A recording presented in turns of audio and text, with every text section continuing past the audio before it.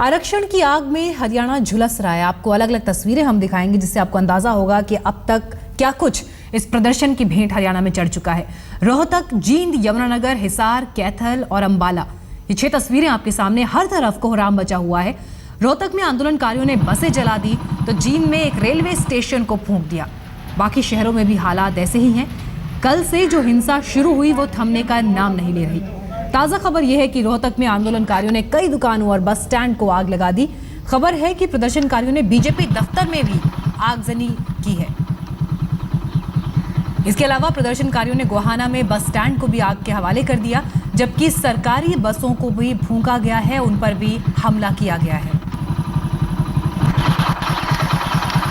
रोहतक में एक तरफ सेना का फ्लैग मार्च है तो दूसरी तरफ जो प्रदर्शनकारी हैं वो भी अपना फ्लैग मार्च अब शहर के अंदर कर रहे हैं। कहने को तो यहाँ पर कर्फ्यू लगा हुआ है और प्रदर्शनकारियों को देखते ही गोली मारने के आदेश हैं, लेकिन ये पुलिस लाइन है जहाँ पर सेना के वो जवान हैं और ये देख रहे हैं कि यहाँ पर जो है हर किसी पर पथराव करते हुए जा रहे हैं। सबके हाथों में हथियार हैं।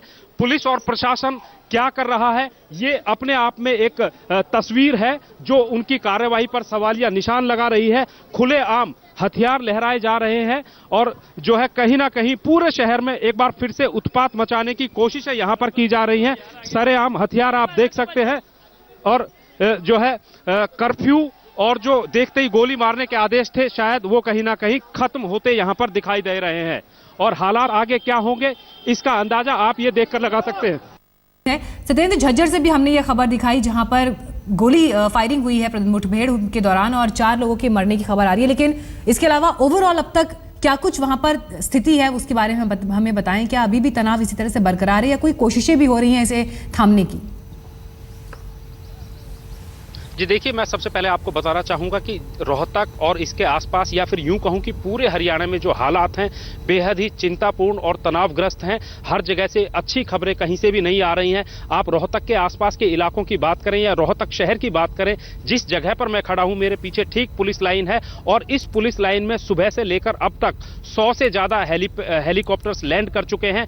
जो सेना के जवान हैं उनको यहाँ पर इकट्ठा किया जा रहा है। रोहतक शहर में अभी सेना ने एक फ्लैग मार्च किया था, लेकिन कहीं ना कहीं लग ऐसा रहा था कि कहीं ना कहीं सैनिकों की कमी थी और उस फ्लैग मार्च को जहां प्रदर्शनकारी थे वहां से वापस लेना पड़ा और एक बार फिर से उन सैनिकों को और अर्धसैनिक बलों को और हरियाणा पुलिस के जवानों को वापस इस लाइन में जो है वापस बुलाया गया और उसके बाद लगातार यहां पर हेलीकॉप्टर्स उतर रहे हैं क्योंकि रोहतक के जो आसपास के तमाम सड़क मार्ग हैं वहां पर कोई कनेक्टिविटी नहीं है। चारों तरफ जो प्रदर्शनकारी हैं वो सड़कों पर बैठे हुए हैं। झज्जर से अभी खबर ये आ रही है कि वहां अर्धसैनिक बलों के साथ प्रदर्शनकारियों की मुठभेड़ हुई है और वहां पर 4 प्रदर्शनकारियों के मरने और 2 दर्जन के घायल होने की खबर वहां से आ रही है। इसी तरीके की खबर सोनीपत से आ रही है कि वहां बस अड्डे को आग के हवाले किया गया है। रोहतक शहर की मैं बात करूं तो बस अड्डे को आग के हवाले किया गया है। इसके अलावा बीजेपी दफ्तर में जो है आग लगाई गई है और शहर की जो तमाम मार्केट है वहां पर जो है आगजनी की घटनाएं हो रही हैं और ये सिलसिला कल से चल रहा है।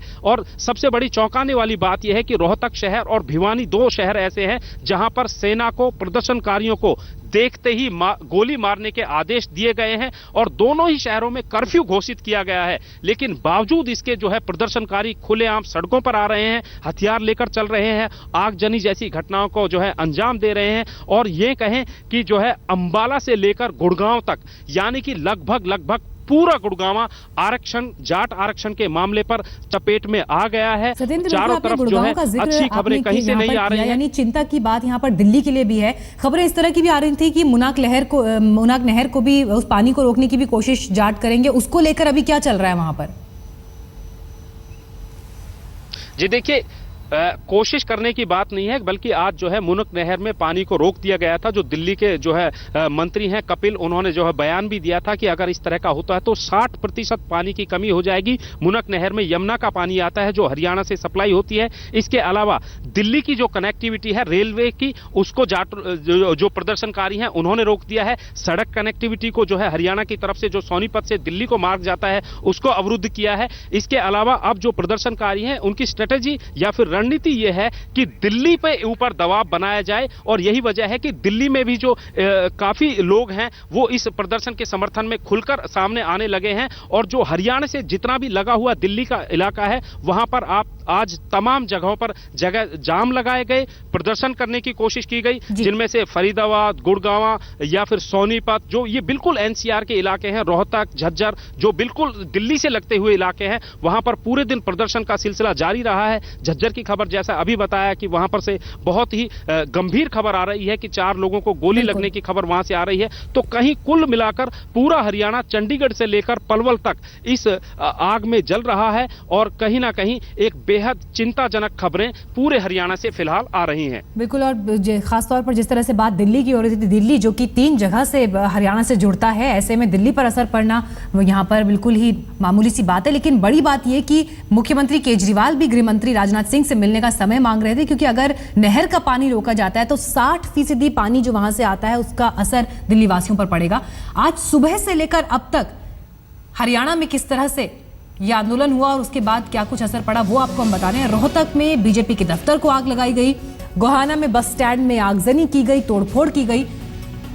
9 जिले हरियाणा के ऐसे हैं जो बुरी तरह से प्रभावित हैं इस प्रदर्शन की वजह से। जींद में बूढ़ाखेड़ा रेलवे स्टेशन को फूंका गया, यानी सरकारी संपत्ति को सबसे ज्यादा नुकसान प्रदर्शनकारियों ने पहुंचाया है। हिसार में भी फौज की बस को वापस लौटा दिया गया। 6 जिले हरियाणा के अभी ऐसे हैं जहां पर कर्फ्यू लगाया गया, लेकिन इस कर्फ्यू को भी तोड़ने में कामयाब रहे कई जगह पर प्रदर्शनकारी। रोहतक में शूट एट साइट तक के ऑर्डर्स दिए गए, यानी देखते ही गोली मार देने के। झज्जर में फायरिंग भी हुई, जिसकी खबर आपको हम दे रहे थे। 4 लोगों की इसमें मौत हुई सुरक्षा बलों के साथ जब मुठभेड़ हुई। झज्जर में कर्फ्यू तोड़ने पर यह फायरिंग हुई। वहीं इस बीच सीएम मनोहर लाल खट्टर लगातार शांति बनाए रखने की अपील भी कर रहे हैं, उनके बयान भी सामने आए। साथ ही पूर्व मुख्यमंत्री भूपेंद्र सिंह हुड्डा ने भी यह अपील की थी। जाट आरक्षण आंदोलन की वजह से हरियाणा में हालात इस कदर बिगड़े कि प्रशासन के हाथों से बात निकलने लगी और ऐसे में 6 जिलों में कर्फ्यू तो लगा दिया गया, तो वहीं 9 जिलों को सेना के हवाले किया गया।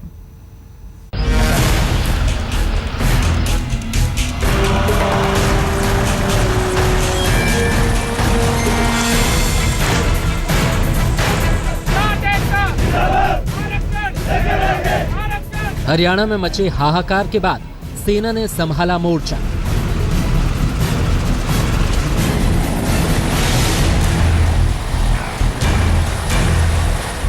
रोहतक में सेना ने किया फ्लैग मार्च। हरियाणा में जाट आरक्षण आंदोलन की आग ऐसी भड़की कि स्थिति बेकाबू हो गई। आगजनी और तोड़फोड़ के बीच जिला प्रशासन ने हाथ से फिसलती स्थिति को काबू में करने के लिए आखिरकार सेना का सहारा लिया। राज्य के 8 जिलों में सेना तैनात की गई है। ये जिले हैं रोहतक, हिसार, भिवानी, जींद, झज्जर, सोनीपत, कैथल और पानीपत। सेना ने कई जगहों पर फ्लैग मार्च कर स्थिति संभालने की कवायद शुरू की। शांति व्यवस्था बनाए रखने में सहयोग करें और अपने घरों के अंदर चले गए। प्रशासन ने शुक्रवार को हुई हिंसा के बाद से ही रोहतक में कर्फ्यू लगा दिया था, लेकिन पर्याप्त संख्या में सेना के जवानों के नहीं होने की वजह से कर्फ्यू पर सख्ती से अमल नहीं कराया जा सका। रेलवे ट्रैक और सड़क पर आंदोलनकारियों का कब्जा था।